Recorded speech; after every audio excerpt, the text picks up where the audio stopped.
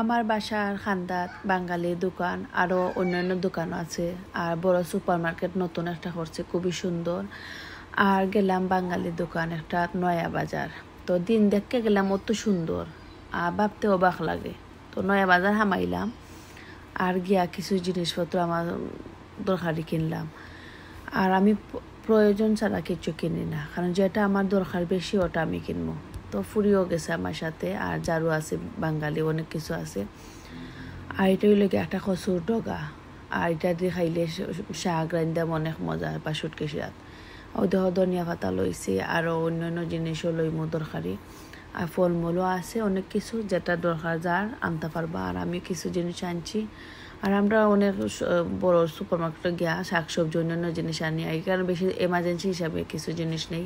বাঙালি খাবার যেটা আমরা বেশি প্রিয়টা ওখানে পাওয়া যায় সবটা। তো আমরা সুন্দর মতো বাজার করলাম। এখানে আছে শুটকি অনেক জাতে জাতে বড়, আর শোল গজারের শুটকি লাগাই সব কিছু আছে।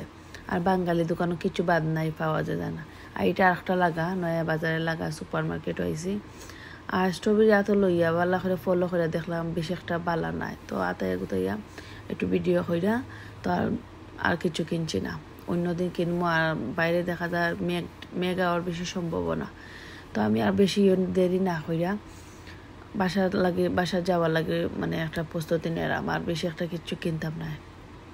ও দেখা নয়া বাজারও যে আগে ভিডিও করছিলাম, কাঠের জিনিস আছে, আর চামচ টামচ আছে, অনেক কিছু আছে। আর খুবই সুন্দর সব কিছু পাওয়া যায় আল্লাহর রহমতে। আর যাইতে যাইতে আমি বিজি গেছি, মেয়ে গাইছে। আর এমন মেয়ে গাইছে, এটা আর একটা স্টোর আইছে বাঙালি। আর আজকে মেঘে বীরজা গেলাম, আর ভালো লাগলো। মেঘে বীরজা যাওয়াটা মজা লাগছে, আর শেয়ার করলাম।